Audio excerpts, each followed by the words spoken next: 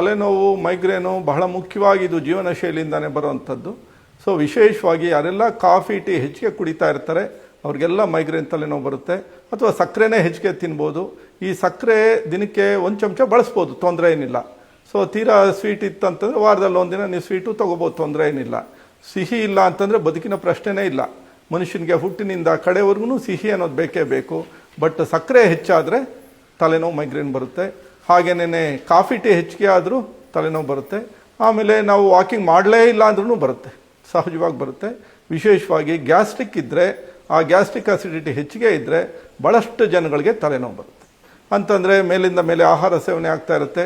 So ತಿಂದಿರೋ ಆಹಾರ ನಾವು ಖರ್ಚು ಮಾಡೋಕ್ಕೆ ಮುಂಚೆನೇ ಇನ್ನೊಂದು ಆಹಾರ ಸೇವನೆ ಮಾಡ್ತಾ ಇರ್ತೀವಿ. ಹೀಗಾಗಿ ಜಠರದಲ್ಲಿ ಹುಳಿ ಅಂಶ ಹೆಚ್ಚಿಗೆ ಇರುತ್ತೆ. ಸೊ ವಾತನೂ ಹೆಚ್ಚಿಗೆ ಇದ್ದಾಗ ಸಹಜವಾಗಿ ಅದು ದೇಹದ ಎಲ್ಲೆಡೆ ಅದು ಪಸರಿಸಿದಾಗ ಸೊ ಹೆಚ್ಚಿಗೆ ಜನಕ್ಕೆ ಸೊ ತಲೆನೋವು ಬರ್ತಾ ಇರುತ್ತೆ.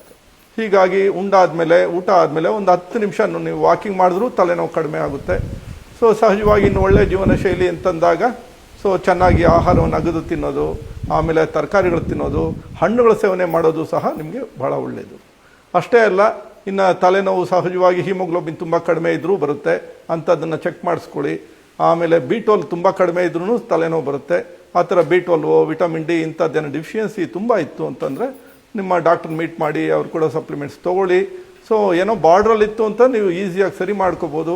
ಬಟ್ ತುಂಬ ಕಡಿಮೆ ಪ್ರಮಾಣದಲ್ಲಿ ಹಿಮೋಗ್ಲೋಬಿನ್ನು ಅಥವಾ B12 ಅಥವಾ ವಿಟಮಿನ್ ಡಿ ಇಂಥದ್ದು ಕಡಿಮೆ ಇದ್ದಾಗ ನೀವು ಸದ್ಯಕ್ಕೆ ಟೆಂಪ್ರರಿಯಾಗಿ ನೀವು ಸಪ್ಲಿಮೆಂಟ್ಸ್ ತೊಗೊಂಡು ಸೊ ಆನಂತರ ನೀವು ಫುಡ್ಡು ಜೊತೆಗೆ ಲೈಫ್ ಚೇಂಜ್ ಮಾಡಿಕೊಂಡ್ರೆ ಸೊ ಮೈಗ್ರೇನ್ ವಾಸಿ ಮಾಡ್ಕೋಬೋದು.